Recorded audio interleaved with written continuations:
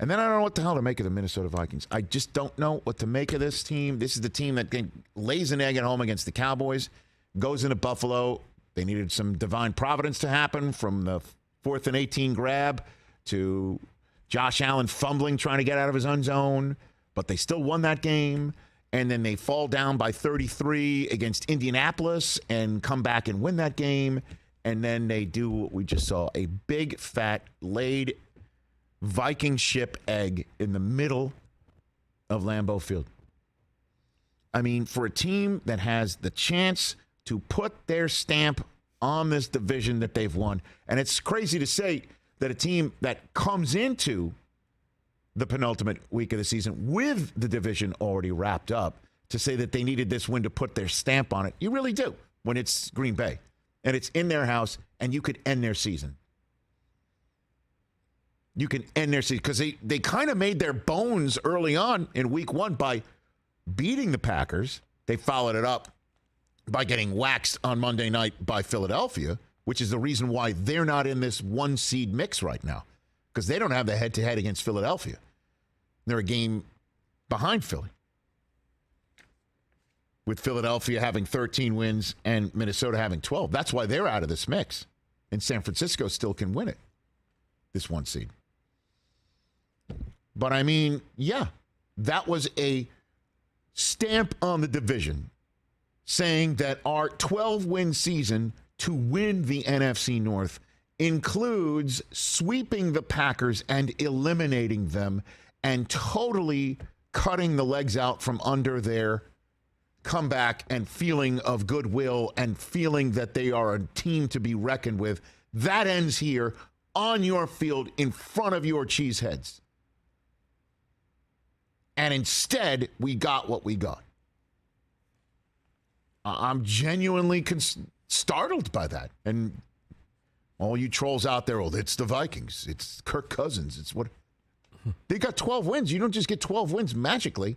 And some of their wins were very impressive, including against a playoff team in New England on a Thanksgiving night, by the way.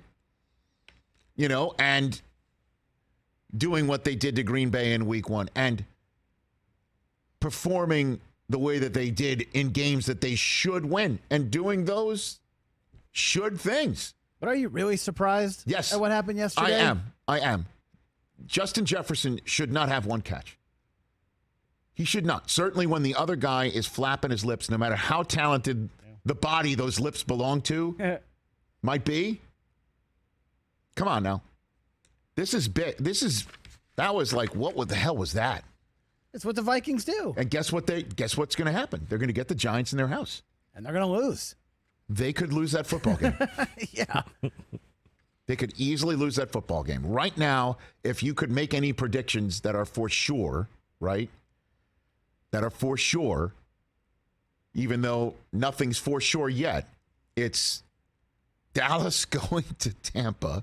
That game's going to be awesome. I don't want to talk to nobody that day, man. Just leave me alone. Dallas going to Tampa. I'll break something. I'll make ribs. Break something. And it's Giants going to Vikes. Yeah. Because the Vikings can't fall lower than 3. Giants can't move off of 6.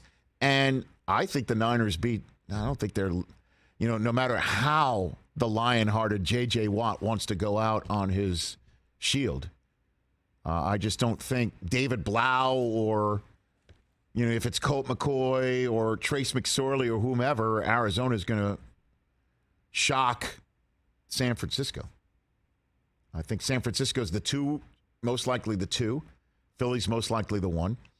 And the Vikes are going to have to lick their wounds. Oh, and the Vikes are going to have to lick their wounds. You ready for this, TJ? Try and beat Chicago and go into a wild card game against the Giants with a head of steam. What do you have to say? I have such a wild prediction for the NFC. Well, it's the wild card we're talking about.